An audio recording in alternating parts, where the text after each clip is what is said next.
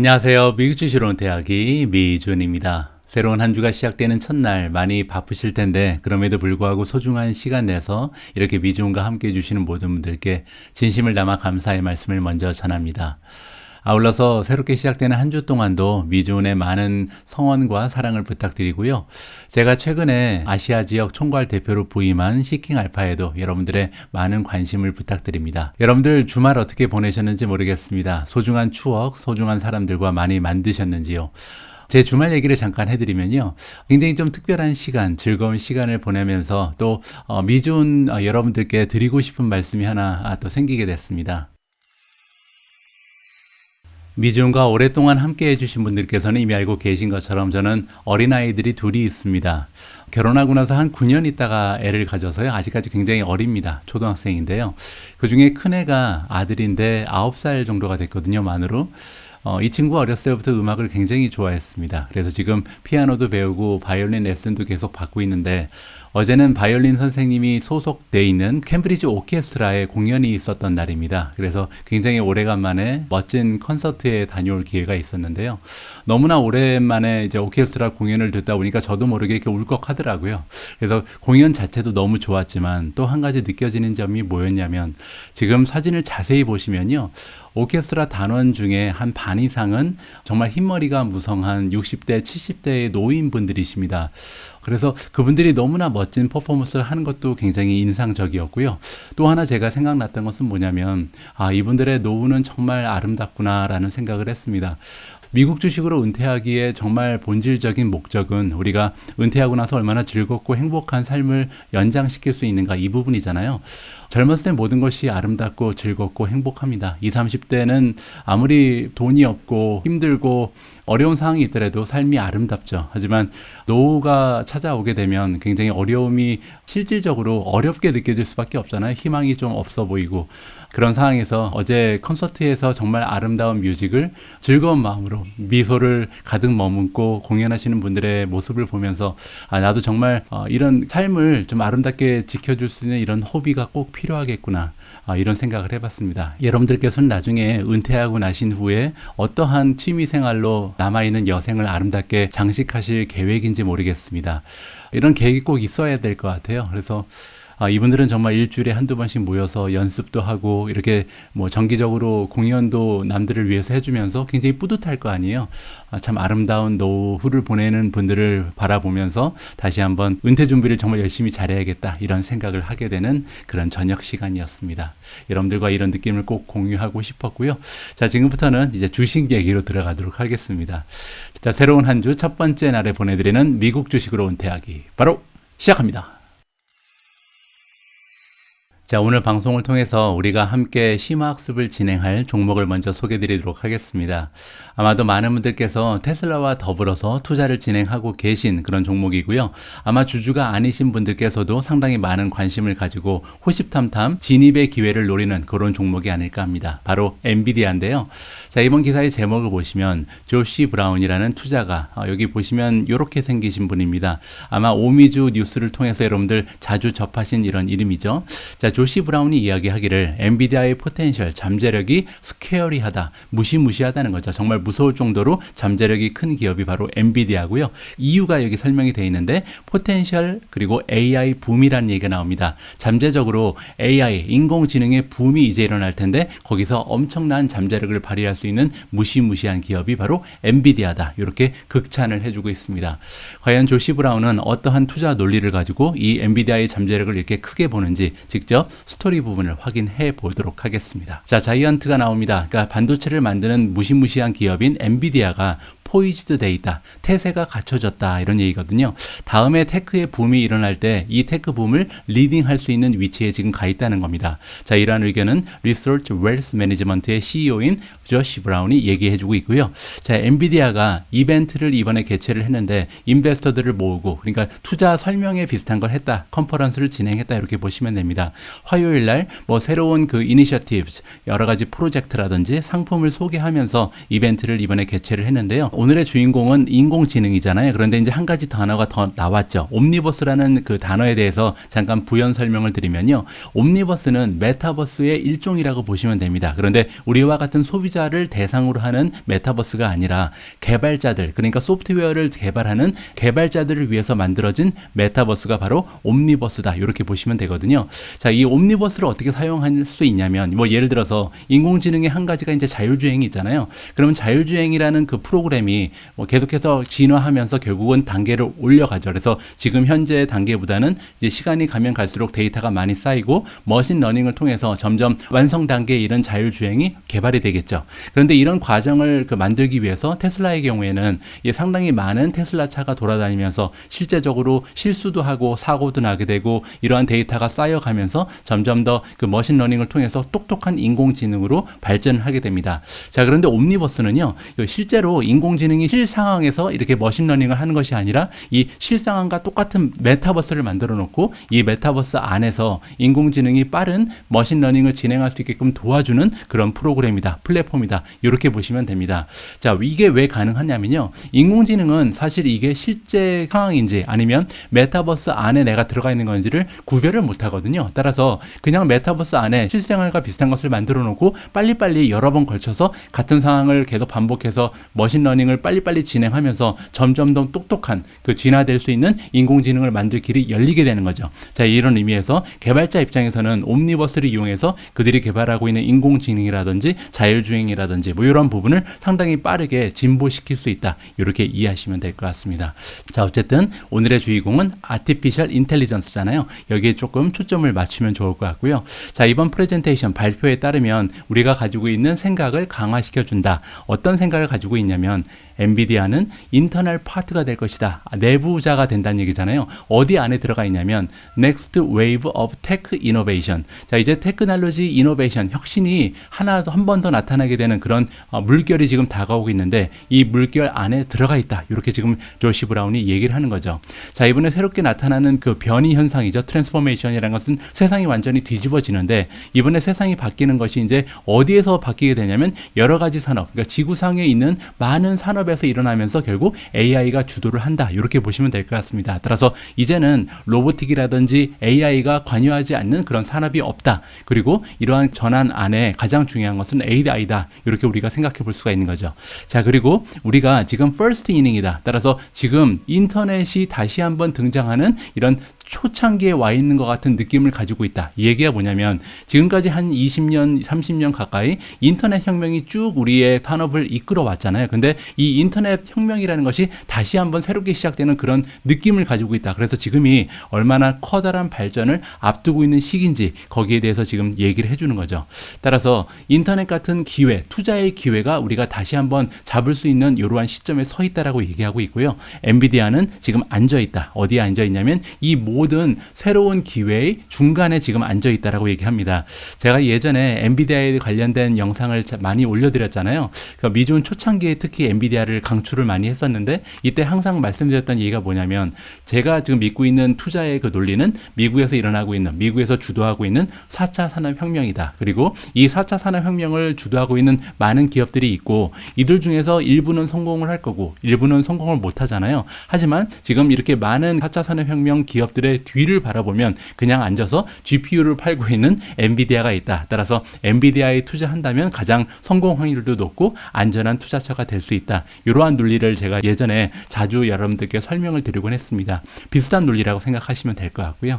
자, 밑으로 내려가서 계속 읽어보면요. 자, 조시 브라운이 얘기하기를 엔비디아는 잠재력을 가지고 있는데 원스톱 숍이다. 따라서 엔비디아 하나만 있으면요, 못 사는 게 없다는 거죠. 원스톱 숍은 그야말로 이제 우리가 가서 필요한 게 있으면 모든 것을 다 구매할 수 있는 이러한 숍을 얘기하거든요. 엔비디아가 그렇다는 겁니다. 테크 기업 입장에서는 엔비디아에 가면 그들이 필요한 모든 것을 다 발견하고 살 수 있다. 이렇게 보면 되고요. 왜냐하면 underlying technology다. 이거는 뭐냐면 그 안에 바탕이 되는 테크놀로지를 가지고 있는 것이 엔비디아라는 거죠. 지금 next wave of computing이라는 것은요, 가상현실이 될 수도 있고 메타버스가 될 수도 있고 인공지능이 될 수도 있고 클라우드가 될 수도 있고 뭐가 되건 간에 이러한 모든 테크놀로지가 발전하기 위해서 그 밑에는 지금 엔비디아가 개발하고 있는 칩이 필요하다 이렇게 볼 수가 있는 거죠. 그렇기 때문에 이 엔비디아의 잠재력은 너무나 무섭다라고 그의 논리를 발전시켜주고 있습니다. 자, 밑으로 내려가서 보시면요. 자, 이번에는 엔비디아라는 기업이 아니라 주식에 대해서 얘기가 나옵니다. 더 스톡이 나오는데 비기스트 위너 중에 하나다. 이 얘기는 뭐냐면 지난 10년 동안 월가에 있었던 투자 종목 중에서 가장 성공적인 주식 중에 하나가 바로 엔비디아 주식이었다라고 얘기합니다. 엔비디아의 현재 주가는 한 280 정도가 지금 되고 있는데요. 스톡 스플릿을 하기 전에 주식 분할을 하기 전에 밸류로 돌려서 얘기를 하면 2015년에는 지금 엔비디아의 주가가 $5밖에 되지 않았다라고 얘기합니다. 그 얘기가 뭐냐면 지금 2015년부터 지금까지 한 7년 정도가 지났잖아요. 근데 7년 동안 280 나누기 우리가 5를 해야겠죠. 무려 56배, 56%가 아니고요. 지난 7년 동안 주가가 56배가 올라갔습니다. 정말 엄청나게 좋은 수익률을 기록하게 된 거죠. 만약에 7년 전에 엔비디아에 1억을 투자하신 분들께서는 지금 현재 56억을 호주머니에 가지고 계실 가능성이 높습니다. 정말 엄청난 부를 투자자들한테 안겨준 고마운 종목이 바로 엔비디아였죠. 자, 그런데 이제부터는 이제 엔비디아의 현재 밸류를 좀 살펴봐야겠죠. 지금 현재 44배 expected earning에 거래가 되고 있다. 그 얘기는 뭐냐면 우리가 이제 PE 레이시오에 트레일링 12months 지난 12개월을 기준으로 하는 것이 있고 포워드가 있잖아요. 지금 어커밍 이어니까 포워드를 얘기하는 겁니다. 앞으로 다가오는 12개월 동안 엔비디아가 만들어낼 것으로 기대되는 어닝, 즉 순이익에 비해서 시가총액이 44배 정도 올라가 있는 상황이다라고 얘기하죠. 그리고 이제 44배라는 것은 시장 평균을 훨씬 더 상회하는 이런 수치라는 것을 우리가 알고 있습니다. 비싸다는 얘기죠. 자, 그럼에도 불구하고 조시 브라운이 얘기하는 것은 뭐냐면요. 우리 투자자들이 이 엔비디아가 주가가 많이 떨어져서 결국은 싸게 됐을 때 사야지 이렇게 계속해서 기다리면 안 된다라고 얘기합니다. 자, 마지막 부분에서는 이러한 얘기가 나오고 있습니다. 예, 엔비디아는 굉장히 비싼 주식인 것은 맞다. 인정을 하죠. 자, 그럼에도 불구하고 우리가 기억해야 되는 부분은 뭐냐면 엔비디아는 언제나 비싼 주식이었다는 거죠. 그리고 앞으로도 싼 주식이 되지 못할 것이다라고 얘기합니다. 우리가 기억해야 되는 부분은 뭐냐면요. 이 엔비디아라는 기업은 항상 펀더멘탈이 밸류에이션을 따라잡고 있었다. 그러니까 밸류에이션이 항상 앞서 나가죠. 그래서 뭐 40배, 50배 이렇게 비싼 그 주식으로 계속해서 올라가는데 문제는 뭐냐면 실적이 계속 올라가면서 이런 비싼 주가를 어떻게 보면 성립을 해준다. 합리적으로 만들어준다는 거죠. 따라서 매년 그러한 일이 일어났었고 앞으로도 그럴 가능성이 높기 때문에 지금 늦었다고 생각할 때 바로 투자를 하는 것이 좋다라는 의견을 제시해주고 있습니다. 이 의견은 이제 조시 브라운의 개인적인 의견이라는 것을 여러분께 다시 한번 말씀을 드리고 싶고요. 자, 지금까지 우리는 CNBC의 기사를 통해서요. 조시 브라운이라는 투자 전문가가 엔비디아의 투자 가치가 왜 이렇게 높은지 설명하는 그의 논지를 직접 한번 읽어봤습니다.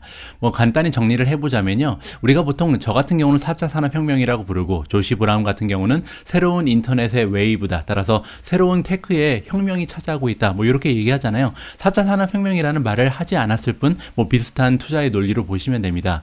지금 그가 보기에는 새로운 인터넷의 시대 그리고 테크놀로지의 새로운 물결이 찾아오고 있는데 거기에 바로 그 중심에는 엔비디아가 있고 이 엔비디아가 없이는 이러한 혁신이 진행될 수 없다는 거죠. 따라서 엄청나게 무시무시한 잠재력을 가지고 있는 기업이 엔비디아다. 그리고 한마디 덧붙여서 지금 매우 비싼 상태긴 하지만 엔비디아는 과거에도 항상 비싼 주식이었고 앞으로도 계속 비쌀 것이다. 이렇게 비싼 주가를 항상 펀더멘탈이 잡아주면서 그러니까 투자의 논리를 성립시켜 줬다는 거죠. 따라서 지금이라도 투자를 진행하는 것이 현명하다라는 의견을 우리가 함께 살펴봤습니다.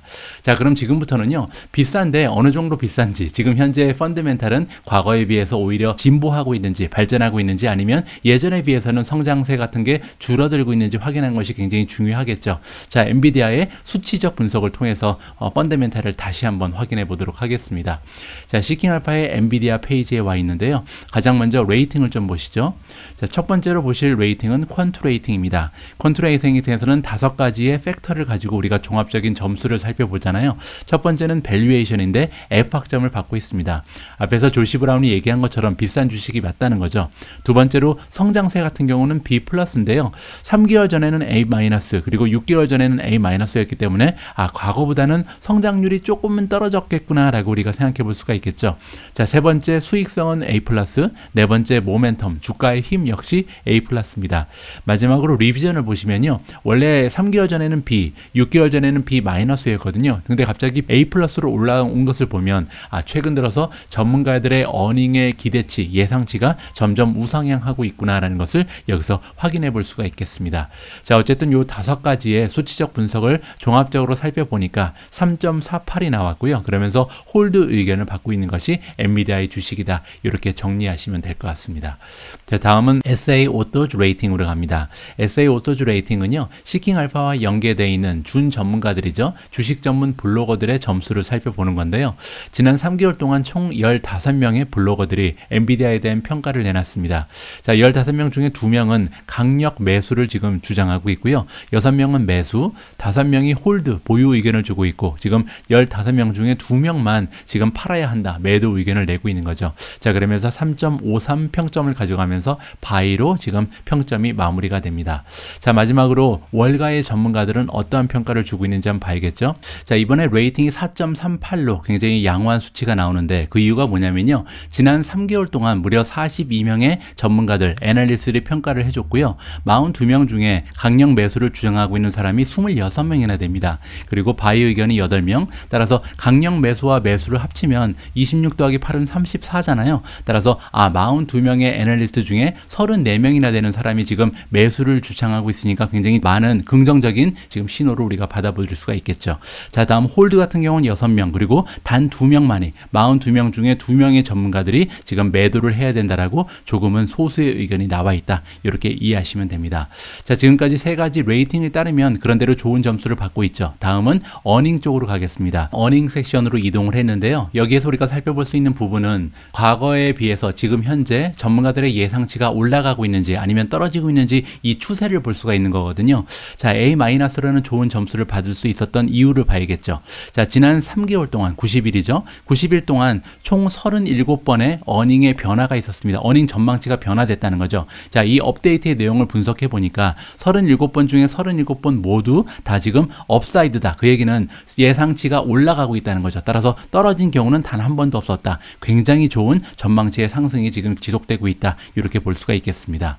자, 다음은 디비던드 잠깐 볼게요. 굉장히 낮은 배당금을 주거든요. 보시는 것처럼 0.06%입니다. 지금 해마다 주고 있는 배당금이 0.16달러거든요. 16센트를 한 주당 주고 있다. 이렇게 보시면 될 것 같고요. 하지만 페이아웃 레이시오가 3.6% 정도 되기 때문에 얼마든지 성장이 기대될 수 있다. 이렇게 우리가 살펴보겠죠. 지금 현재 엔비디아 같은 경우는 워낙 투자할 때가 많기 때문에 어닝의 3.6%만 배당금으로 주고 나머지는 재투자를 하고 있다. 이렇게 보시면 될 것 같습니다. 나중에 가서 투자할 거 다 하고 나서는 이제 배당금도 성장시켜줄 날이 곧 오지 않을까 기대를 할 수가 있는 거겠죠. 뭐 개인적으로 저는 엔비디아의 주주의 입장에서 봤을 때 아직까지는 배당금에 목숨을 걸고 싶지는 않습니다. 다른 경쟁 기업들이 많이 있는 반도체 분야의 주자이기 때문에 지금 현재는 가급적이면 많은 순이익을 재투자를 해서 점점 더 경쟁자보다 앞서 나가는 경쟁력을 확보하는 것이 더 중요한 것이 아닌가 이렇게 판단을 하고 있고요. 지난 5년 동안 배당금은 4.65% 정도 성장하고 있으니까 성장률이 좋은 편은 아니죠. 그리고 디비던드 그로스라는 것은 얼마나 오랫동안 쉬지 않고 계속해서 배당금을 올려줬는가, 배당금이 올라가지 않은 적이 많은 것을 여기서 우리가 확인을 해볼 수가 있겠습니다. 어쨌든 엔비디아는 배당하고는 별 관련이 없다. 이렇게 정리가 가능하고요. 자, 이번에 밸류에이션 가장 중요한 부분이죠. 왜냐하면 밸류에이션만 F학점이잖아요. 자, 보시는 것처럼 PE 갭이 나와 있는데 보시면 71.9배입니다. 이 얘기는 뭐냐면 지난 12개월 동안 엔비디아가 만들어낸 어닝, 순이익에 비해서 시가총액이 무려 72배 가까이 올라가 있는 거잖아요. 너무나 비싼 주식이죠. 그리고 여기서 더 중요한 점은 뭐냐면요. 엔비디아의 지난 5년 동안 PE 레이쇼의 평균치를 보니까 58배밖에 되지 않았습니다. 따라서 과거 평균보다도 지금 현재가 훨씬 더 비싼 모습을 보여주고 있잖아요. 이 부분은 조금 걱정이 되죠. 자, 만약에 과거에 비해서 지금 현재 성장률이 둔화되고 있는데도 이렇게 비싸다면 팔아야 됩니다. 그래서 이 수치를 과거랑 비교하는 것은 굉장히 중요하다라고 말씀을 드리고 싶고요.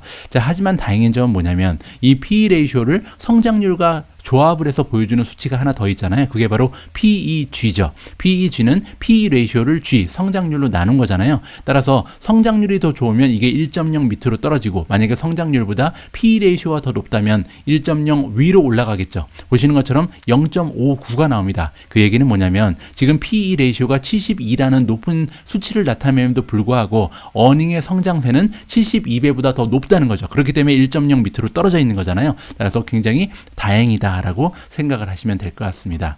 자, 밑으로 내려가서 프라이스 투 세일즈도 한번 볼게요. 25배가 나오거든요. 너무 비싼 것은 맞습니다. 그래서 지금 뭐 엄청나게 몰빵을 할 만한 그런 밸류에이션은 절대 아니라는 것을 여기서 우리가 확인을 해볼 수가 있는 거죠. 엔비디아의 평균 PES 레이쇼는 16.3배였습니다. 원래는 매출의 규모에 16배 정도를 주면 살 수 있는 그런 기업이었는데 지금은 25배까지 올라가 있다. 뭐 다시 말해서 지금 시장의 그 투자자들이 엔비디아에 대한 기대치가 옛날에 비해서 훨씬 더 올라갔다는 것을 여기서 다시 한번 우리가 확인을 해볼 수가 있는 거겠죠. 요즘 들어서 이제 엔비디아를 모르는 사람이 없을 정도로 유명한 기업이 됐기 때문에 이렇게 밸류에이션이 올라갔다라고 생각해도 무난할 것 같습니다. 자, 다음은 밸류에이션이 비싸다면 성장률이 굉장히 중요하겠죠. 일단 매출의 성장률을 보면 61.40%가 나오는데요. 과거 5년 평균 매출의 성장률은 33.76이었습니다. 따라서 성장세가 예전에 비해서는 훨씬 더 좋은 모습을 보이고 있는 거죠. 이 부분은 굉장히 낙관적인 전망을 해도 좋을 것 같고요. 앞으로 다가오는 12개월 동안 매출의 성장률 역시 35배 가까이 되기 때문에 이 부분도 좋습니다. 자, 밑으로 내려와서 EBIT 그로스를 보시면 영업이익의 성장률이죠. 112%입니다. 과거 5년 평균은 54%, 지금은 112%, 훨씬 더 좋아졌죠. 자, 그리고 EPS의 성장률도 봐야겠죠. 어닝 퍼 시어죠. 한 주당 만들어내는 순이익의 규모가 122%. 이 부분이 아까 우리가 PEG 레이시오가 높게 형성될 수 있는 이유였죠. 왜냐하면 PE 레이쇼가 70배가 넘어가는데 문제는 이 70을 성장률로 나눴잖아요. 그래서 122라는 높은 성장률을 지금 어닝이 보여주고 있기 때문에 PEG 레이쇼가 1.0 밑으로 떨어져 있다. 이렇게 우리가 정리가 가능합니다. 앞으로 다가오는 3년에서 5년 동안 EPS의 성장률은 24.36% 정도로 지금 양호한 모습을 보일 것으로 우리가 기대를 해도 좋을 것 같고요. 자, 성장세는 굉장히 좋았습니다. 그렇다면 이제 수익률만 남았잖아요. 자, 수익률까지 좋다면 어느 정도 우리가 투자를 해도 좋지 않을까 기대를 해도 되겠죠. 성장이 가속화되면서 만약에 수익률까지 향상되는 모습을 보인다면 금상첨화겠죠. 자, 일단 좋은 소식은 A+가 나와 있는 거 봐서는 수익률이 굉장히 좋다라고 기대를 해도 좋을 것 같습니다. 자, 첫 번째 살펴볼 수 있는 마진에서 가장 중요한 부분은 그로스 프로핏 마진입니다. 마진에서 가장 중요한 거 두 개는요. 그로스 프로핏 마진 그리고 넷인컴 마진이죠. 그로스 프로핏 마진이라는 것은 매출에서 이 매출을 만들어내는데 필요한 직접 비용을 빼고 남아있는 총이익을 얘기하는 거고요. 넷인컴 마진이라는 것은 모든 비용을 다 빼고 영업비용 같은 걸 다 제외하고 그래도 남아있는 순수한 나의 수익을 얘기하는 거죠. 그 마진, 이렇게 두 가지가 가장 중요한데요. 자, 이 두 가지의 수익을 다 살펴봐야 되는 이유가 하나 있습니다. 왜냐면요, 여기 밑에 나와 있는 넷인컴 마진이라는 것은 어떻게 보면 한 기업이 얼마나 에피션트하게, 그러니까 효율성이 얼마나 좋게 비용을 잘 관리하느냐, 이 부분을 볼 수 있는 하나의 척도거든요. 왜냐하면 이 넷인컴 마진을 구하기 위해서 여러 가지 비용이 다 들어가잖아요. 근데 이 비용 중에는 세일즈 앤 마케팅이라든지 인건비라든지 아니면 연구 개발비 이렇게 다 들어갑니다. 따라서 이러한 비용을 얼마나 잘 절감하고 있는가를 우리가 볼 수 있는 척도가 넷인컴 마진이고요.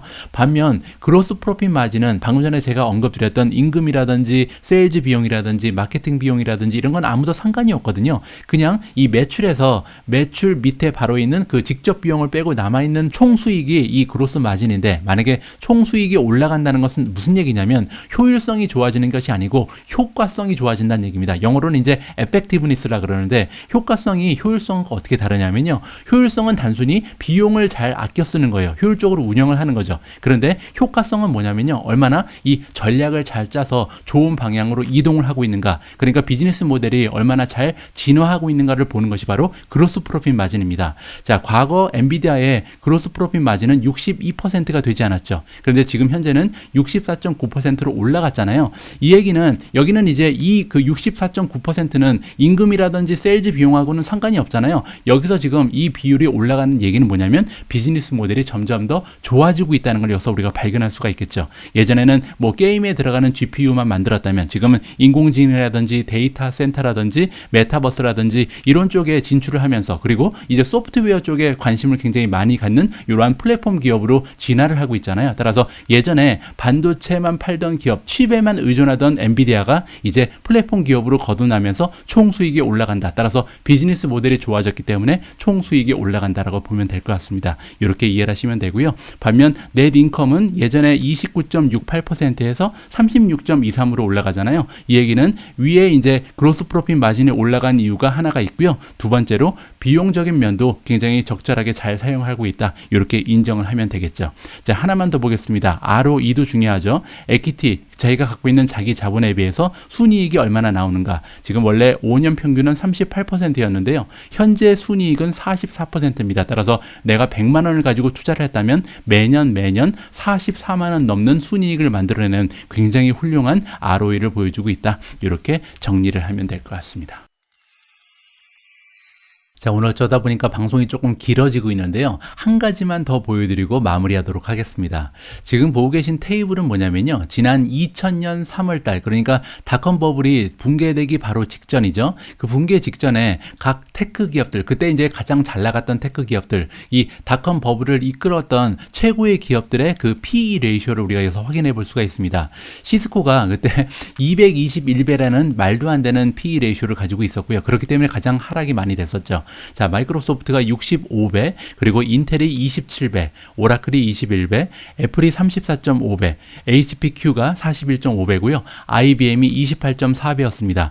따라서 이 당시에 투자자 입장에서 지금 현재 그 밸류에이션을 보니까 인텔 그리고 IBM에 투자하는 것이 가장 안전하겠구나라고 생각하기가 쉽잖아요. 자, 그런데 결과를 보면 그렇지가 않았죠. 여러분들 제가 그래프 하나를 준비했는데요. 자, 인텔의 주가 변동입니다. 여기 보시면 최고점을 찍었던 것이 2000년 한 8월 정도가 되거든요. 그때 72.94달러를 찍은 것이 인텔의 주가입니다. 그리고 나서 이제 닷컴 버블이 붕괴가 되고 상당히 오랜 시간 동안 지금 회복을 못하고 지금 현재 주가가 51이기 때문에 20년 전의 주가를 아직까지도 회복하지 못하는 것이 바로 인텔이겠죠. 따라서 이때 만약에 매수를 했다면 엄청난 손해를 보실 가능성이 높습니다.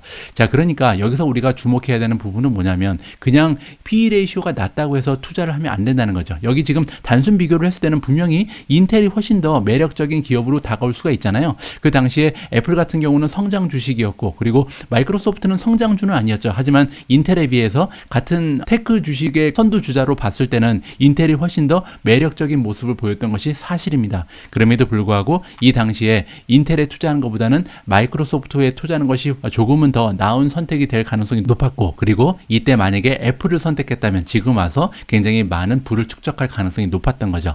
따라서 PE 레이쇼라는 것은요, 우리가 스토리 부분과 함께 연결하지 않고 그냥 수치적 분석만 보고 결정을 한다면 굉장히 위험한 결과를 만들어낼 수도 있다. 이 부분을 여기서 여러분들께 보여드리고 싶었습니다. 오늘 준비한 내용은 여기까지입니다. 여러분들 많이 알고 계신 것처럼 엔비디아 같은 경우는 제가 보유하고 있는 수많은 종목들 중에서 보유 비중 1, 2위를 다투는 제가 가장 아끼는 종목 중에 하나거든요. 그럼에도 불구하고 저는 엔비디아를 주식이 올라갈 땐 절대 추가 매수를 하지 않습니다. 지금까지 한 총 10번도 넘게 분할을 해서 매수를 한 것이 엔비디아라는 종목이거든요. 정말 자주 매수를 하고 있는데 떨어질 때만 계속해서 매수를 하고 있습니다. 따라서 요즘처럼 엔비디아 주가가 하늘을 찌를 때는 조금 자중한다라는 것을 여러분들께 그냥 개인적인 투자의 방법으로 소개를 드릴 수가 있을 것 같고요. 자, 그럼에도 불구하고 엔비디아가 가지고 있는 잠재력은 정말 무시무시하다. 이 점은 우리가 꼭 가슴에 새겨도 좋을 것 같습니다. 자, 오늘 방송 굉장히 길어졌는데 마지막까지 시청해주신 모든 분들께 감사의 말씀을 드립니다. 우리 모두가 미국 주식 투자로 은퇴하는 그날까지 다 함께 화이팅입니다. 행복한 하루 되세요. 감사합니다.